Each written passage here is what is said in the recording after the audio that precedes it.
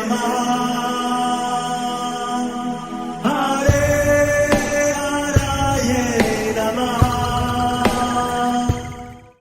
हरे कृष्णा जी, आप सबका बहुत बहुत स्वागत है। मंगलाचरण आरंभ करते हैं।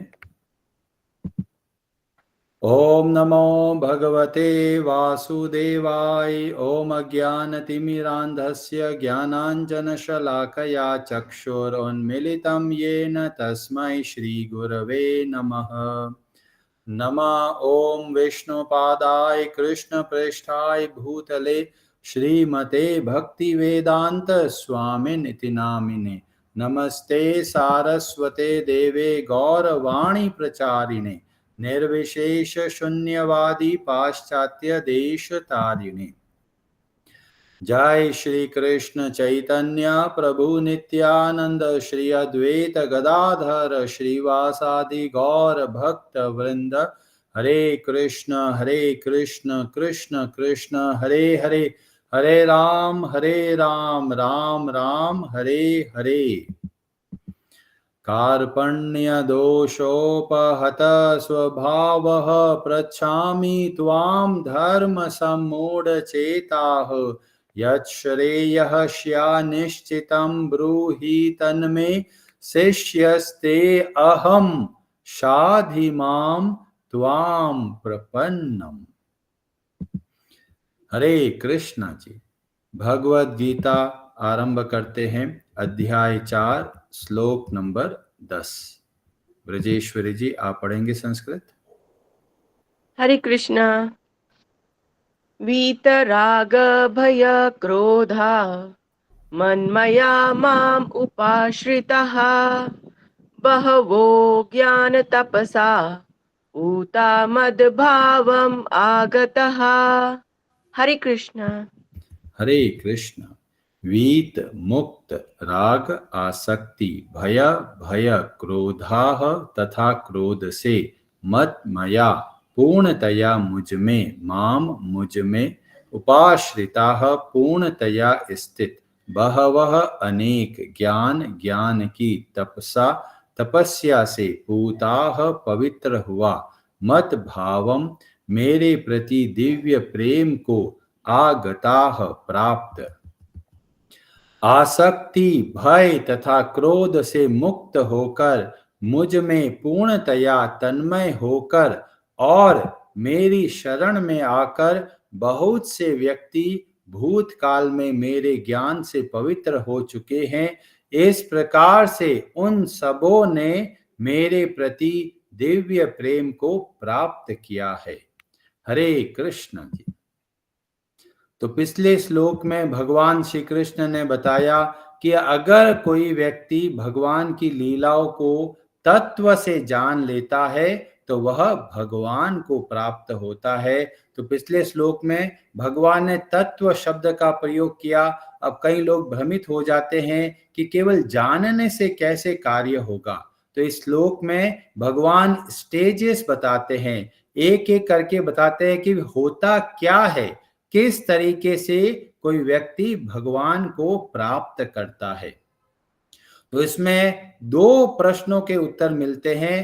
पहला कि किस तरह से कोई व्यक्ति भगवान को प्राप्त कर सकता है, और दूसरा जब भगवान ने बोला था कि भाई इस भगवान के जो लीलाएं है वो बहुत दिव्य है, उनको जानने मात्र से लोग संसार के बंधनों से मुक्त हो जाते हैं। तो किसी का प्रश्न है कि पहले कोई ऐसा हुआ है जो इस तरह से प्राप्त किया है भगवान को। तो इसका उत्तर देते हुए भगवान बोलते हैं, बहवो, एक दो नहीं, न जाने कितने लोगों ने इस रास्ते पे चलकर भगवान के धाम को प्राप्त किया। और हमें भी बताते हैं कि अगर इस तरीके से हम कार्य करते हैं तो हम सब भगवान का आश्रय प्राप्त करके उनके धाम में सदैव निवास कर सकते हैं। तो स्टेजेस में पहला स्टेज बोला गया अनर्थ निवृत्ति, जो अपन लोग पिछले हमने श्लोकों में बताया कि जो प्रेम भाव बढ़ाने के 9 चरण है, तो वहां से जो श्रद्धा से स्टार्ट होकर और जब अनर्थ निवृत्ति तक पहुंचते हैं वो स्टेज को भगवान बोलते हैं वीत राग भय क्रोधा। और दूसरा स्टेज कौन सा है? जब भगवान के प्रति रुचि आती है, आसक्ति आता है, भाव आता है, प्रेम आता है, तो उसका वर्णन बताया गया मन मया माम उपाश्रिता। और क्या होता है इन दोनों से? पूता। पूता का मतलब पवित्र हो जाते हैं। तो अभी हम लोग क्या है? अपवित्र। अपवित्र क्यों है? क्योंकि हमारे मन के अंदर है काम वासना, जिसको भगवान यहाँ पे बोलते हैं राग। राग का मतलब है आकर्षण, अपनापन, किसी वस्तु को अपना समझना कि ये मेरा शरीर है, ये मेरा घर है, ये मेरी संपत्ति है, ये मेरा परिवार है, ये मेरा जॉब है। और जो भी मैं और मेरे के संबंध में भाव आता है उसको भगवान बोलते हैं राग। और ये राग ही है जो हमारे मन को अशुद्ध बना देता है। और इसी का ही अलग अलग रूप है। जैसे भगवान ने पिछले श्लोकों में बताया कि कोई व्यक्ति पाप क्यों करता है, तो काम एष क्रोध। ये काम क्रोध लोभ ये सब हमारे मन के अंदर बैठकर हमारे मन को मलिन कर देते हैं, गंदा कर देते हैं। और ये जो राग है, राग से वस्तुओं में अटैचमेंट हो जाता है। जैसे कोई नई गाड़ी लेके आता है तो उसको लगता है अरे कितनी शानदार गाड़ी है, गाड़ी लेके आ गया तो राग है। अभी साथ में क्या आ गया? जब वो वस्तु प्राप्त हो जाती है तो उसके खोने का भय होता है। तो भय कहां से आता है? भय आता है राग से। जो वस्तुएं हमको प्राप्त हो गई, अगर वो खोने का जो एक भाव होता है उसी को बोलते हैं भय। जैसे कार लेके आ गए, अब वो डर लगता है अरे कार को कोई डेंट नहीं लग जाए। या फिर बहुत सारा पैसा आ गया है तो डर लगता है अरे पैसा कहीं चोरी नहीं हो जाए। तो जितना भी भय जो उत्पन्न होता है उसके मूल में है राग। और जब वस्तुएं प्राप्त नहीं होती तो क्या प्रकट होता है? क्रोध। और जब वस्तु प्राप्त हो जाती है तो क्या होता है? और पाने की इच्छा प्रकट होती है, और जिसको बोलते हैं लोभ। तो सारा का सारा गेम जो है वो है काम वासना, संसार के अंदर सुख भोगने की इच्छा, मैं और मेरेपन का भाव, यह है अशुद्धता। और भगवान जब बोलते हैं वीत, वीत का मतलब इन सब से मुक्त होकर। अब कई प्रश्न बोलेंगे अरे प्रभु जी यही तो सबसे बड़ी समस्या है कि कैसे इनसे मुक्त हो। तो भगवान श्री कृष्ण बहुत दयालु है। भगवान श्री कृष्ण उत्तर देते हैं मन मया। जब हम अपने मन को संसार से खींचकर भगवान में लगाते हैं तो हमें ये पहले के जो राग, ये भय और क्रोध है, इनसे हमें बड़ी आसानी से मुक्ति मिल जाती है। क्यों? क्योंकि इस मन को कहीं ना कहीं तो लगाना ही पड़ेगा। या तो संसार में लगा सकते हैं या फिर भगवान में लगा सकते हैं। जब संसार में लगाते हैं इसका मतलब हमारे अंदर कृतज्ञता नहीं है, हमारे अंदर ग्रेटिट्यूड नहीं है। और उस जो ग्रेटिट्यूड नहीं है, इस भाव की वजह से हम संसार की चीजों के पीछे भागते हैं। तो बोलेंगे अरे प्रभु जी इसमें कृतज्ञता का कहां भाव आ गया? यहां तो कहीं कुछ लिखा हुआ नहीं है। तो जो कामनाएं होती है उसके मूल में क्या है कि मेरे को कुछ चाहिए। और जब कृतज्ञता का भाव होता है उसमें आता है भगवान आपने मुझे बहुत कुछ दे दिया है और मुझको कुछ नहीं चाहिए।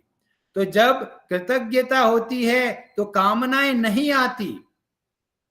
और अगर कृतज्ञता का भाव नहीं है तो हम सोचते हैं अरे मेरे को पैसा नहीं मिला, अरे मेरे को अच्छा शरीर नहीं मिला, अरे मेरे को अच्छी पत्नी नहीं मिली, अरे मेरे को अच्छा जॉब नहीं मिला।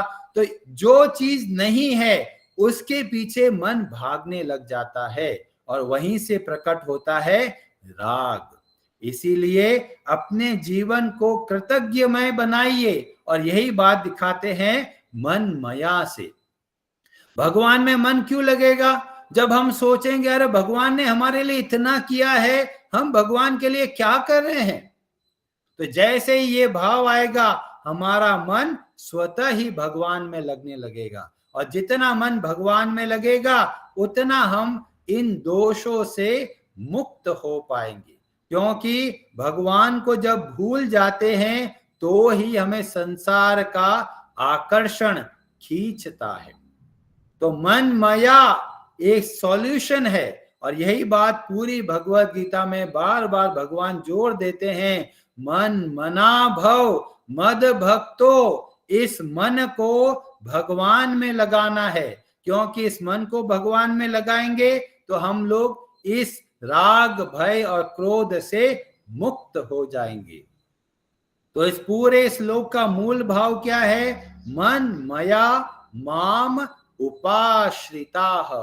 भगवान के आश्रय में रहकर हमको अपने मन को भगवान में लगाना है। जब भगवान का आश्रय नहीं लेते तो लोग अहंकारी बन जाते हैं, सोचते हैं हम अपने बलबूते पर ही सब कार्य कर सकते हैं। पर जब हम ध्यान से देखते हैं हर एक वस्तु जिससे हमारा जीवन चलता है वह सब भगवान की कृपा से प्राप्त हुआ। तो जब मन मया और माम उपाश्रिता होता है तो बड़ी आसानी से राग भय और क्रोध से मुक्त हो जाते हैं। कई लोग ये भी सोचते हैं कि ये श्लोकों से हमें ऐसा लगता है क्या हम पत्थर तो नहीं बन जाएंगे, देखो हमारी भावनाएं तो चली जाएगी, राग मतलब अपनापन का भावना तो चला जाएगा। तो आगे चल के बोलते हैं नहीं, भावनाएं रहेगी पर भावनाओं को शुद्ध करना है। अभी जो भावनाएं है वो सब मैं और मेरे के संबंध में है और वो अशुद्ध होने की वजह से हमें दुख देती है। और इसी श्लोक में आगे चल के भगवान बोलते हैं मद भावम। तो ये रास्ता बताते हैं अपनी भावनाओं को शुद्ध करने की। जो भौतिक भावनाएं हो गई है उसको बदल के किसमें करना है? आध्यात्मिक भावनाओं में परिवर्तित करना है। मतलब अपनापन रखना है। ऐसा नहीं है कि परिवार में बोल दिया कोई किसी का नहीं है, ऐसा भाव नहीं रखना है। भावों को शुद्ध करना है।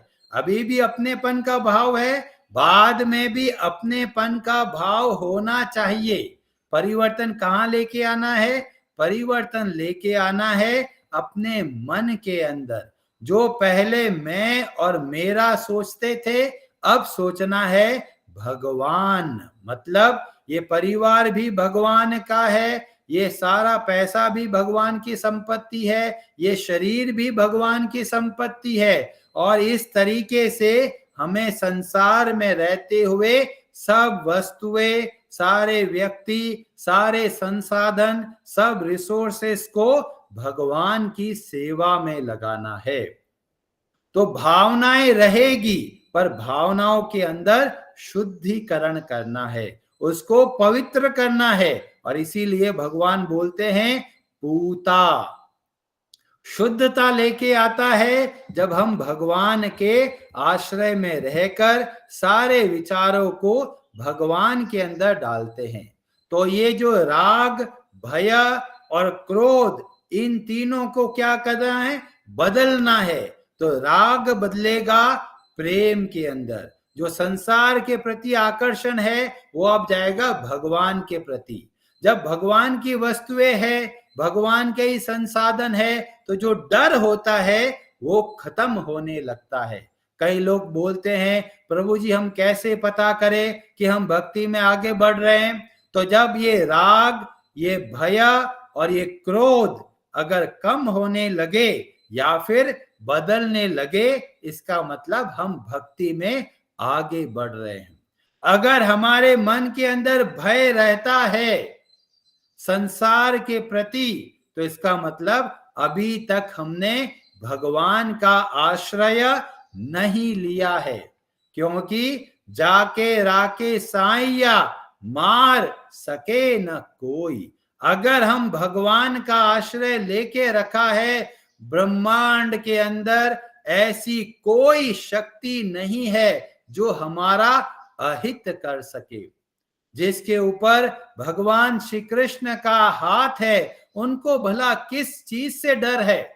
और इससे हमको पता चलता है कि हमने कितना भगवान के प्रति आश्रय लिया है। जितना हम भगवान के प्रति आश्रय लेते हैं, भगवान की शरण में रहते हैं, उतना हम भय से मुक्त हो जाते हैं। तो राग बदल गया प्रेम के अंदर, भय है वह चला गया, या फिर भय भी बदल जाता है भौतिक से आध्यात्मिक जगत में। कोई बोलेगा, अरे आध्यात्मिक जगत में भी भय होता है? बिल्कुल होता है। आध्यात्मिक जगत में भय दिखता है जब भगवान श्री कृष्ण दामोदर लीला करते हैं। भगवान की आंखों में आतंक छाया हुआ है, भगवान की आंखों में भय होता है। ये भय कैसा है? ये भय ऐसा है जो भगवान और भगवान के भक्तों के बीच में प्रेम के भाव को बढ़ावा देता है। तो ये बदलाव आया भौतिक भय से आध्यात्मिक भय। जैसे हम लोग भक्तों के प्रति एक समर्पण का भाव होता है, तो भक्तों से एक अंदर भय भी रहता है कि हम कोई गलत कार्य ना करें, जिससे हमारे गुरु, हमारे और जो शिक्षक गण है, उनका अपमान नहीं हो। तो ये जो भय होता है, यह आध्यात्मिक भय होता है जो हमको जिम्मेदार बनाता है। और क्रोध को भी बदलना है। जो भौतिक क्रोध है, जो मैं और मेरेपन से आता है, अब वह क्रोध बदलना है आध्यात्मिक। और आध्यात्मिक क्रोध कैसा होता है? जो हनुमान जी में देखने को मिलता है कि जब वो लंका में जाकर क्रोध प्रकट करते हैं, तो यह क्रोध कैसा है? आध्यात्मिक है। तो जो क्रोध हमें भगवान की भक्ति में बढ़ावा दे, लोगों को भगवान से जोड़ने में सहायता दे, ऐसा क्रोध आवश्यक है। जिस तरीके से एक बच्चे को सुधारने के लिए अगर मां गुस्सा करती है, क्रोध करती है, तो वह क्रोध कैसा है? उस बच्चे की भलाई के लिए है। और ऐसे ही हम भक्तों के जीवन में देखते हैं, कभी कभी भक्तों के अंदर बहुत क्रोध देखने को मिलता है, पर वह क्रोध कैसा है? सामान्य क्रोध नहीं है, वह क्रोध आध्यात्मिक है। क्योंकि उस क्रोध के माध्यम से लोग भगवान से जुड़ते हैं। और इसलिए हमें क्रोध करना है उन लोगों के प्रति जो भगवान की निंदा करते हैं, जो भगवान के भक्तों की निंदा करते हैं, और जो अपना समय का दुरुपयोग करते हैं। जो संसाधन भगवान ने दिए हैं उसका दुरुपयोग करते हैं। ऐसे समय में हमें क्रोध करना चाहिए। भक्त ऐसे नहीं होते कि सदैव शांत रहते हैं। भक्त बहुत ही डायनामिक होते हैं, परिस्थिति के हिसाब से कार्य करना होता है। हरे कृष्णा जी, आप सबका बहुत बहुत धन्यवाद। आज हमने पहली लाइन कवर किया, पहला अनर्थ निवृत्ति और दूसरा भगवत प्रेम। ये दोनों एक लाइन में आ गए, इनके बारे में हमने आज सीखा। अब ये अगला जो लाइन है, बहवो पूता मद भावम, इसका डिस्कशन हम लोग कल करेंगे। हरे कृष्णा जी, आप में से किसी का कोई प्रश्न हो तो आप अपना हाथ खड़ा कर सकते हैं। आज की कथा से आपने क्या शिक्षा ली? अगर आप कुछ बताना चाहे तो आप बता सकते हैं। शिखा माता जी, आप कुछ कहना चाहते हैं? हरे कृष्णा प्रभु जी। हरे कृष्णा जी। आपने तो प्रभु जी बहुत सरलता से समझाया, लेकिन ये प्रैक्टिकली करना बहुत मुश्किल है, क्योंकि हमारा अभ्यास अभी तक सारा संसार की तरफ ही है। तो इसको हमें बार बार सुनना होगा, तब शायद हम इसमें कुछ अपना करने का सामर्थ्य देखें। प्रभु जी, आपने अभी अभी एक लाइन यूज करी और मैंने बहुत जगह सुनी है, भगवान का होकर। कि भगवान का होकर भजन कैसे किया जाता है? भगवान का होकर भजन करने का बहुत सरल उदाहरण के द्वारा समझा जा सकता है कि जब किसी स्त्री का विवाह हो जाता है, उसकी शादी हो जाती है, अब वो नए घर में आती है, अभी नए घर में आ गई है, अब नए घर को वो कहती है ये मेरा घर है, ये मेरा परिवार है, और जो संबंधी पहले जानते भी नहीं थे अब वो सब अपने बन गए। तो इस तरीके से जब हम ये सोचते हैं ये शरीर भगवान का है, हम सब भगवान के हैं, तो ये भाव जैसे जैसे आने लगेगा उतना हमारा मन स्वतः ही भगवान में लगेगा। मूल समस्या क्या है, हम भगवान को अलग समझते हैं, पर जैसे ही मन के अंदर ये भाव लेके आए हम सदैव भगवान के थे, भगवान के हैं और भगवान के ही रहेंगे, जब यह भाव आता है तो स्वतः ही हर कार्य को भगवान के संबंध में करेंगे। तो हमें क्या करना है, बदलाव लेके आना है, और कोई बड़ा भारी काम नहीं है। शादी इतनी सारी होती है, जो शादी से पहले लड़की क्या सोचती थी, शादी के बाद कितना बड़ा परिवर्तन आ गया। एक सामान्य घटना के अंदर भी देखिए अपनापन सारा बदल गया। ऐसे ही जब हम भगवान के प्रति अपनापन रखते हैं कि ये ही मेरे अपने हैं, न जाने कितने जन्म लिए, कितने सारे परिवारों में रहे हैं, वो परिवार वाले कहां चले गए, आज कोई भी हमारे साथ में नहीं है। परिवार को छोड़िए, ये शरीर कितना हमारा साथ दिया है, इस जीवन के अंदर ही शरीर बदल गया। पहले बहुत सारे बाल थे, अब सब बाल उड़ गए, पहचान में नहीं आ रहा है ये वही है क्या। शरीर भी बदलता चला गया, पर भगवान सदैव हमारे साथ में। तो इसलिए हमें बदलाव लेके आना है अंदर के भावों को।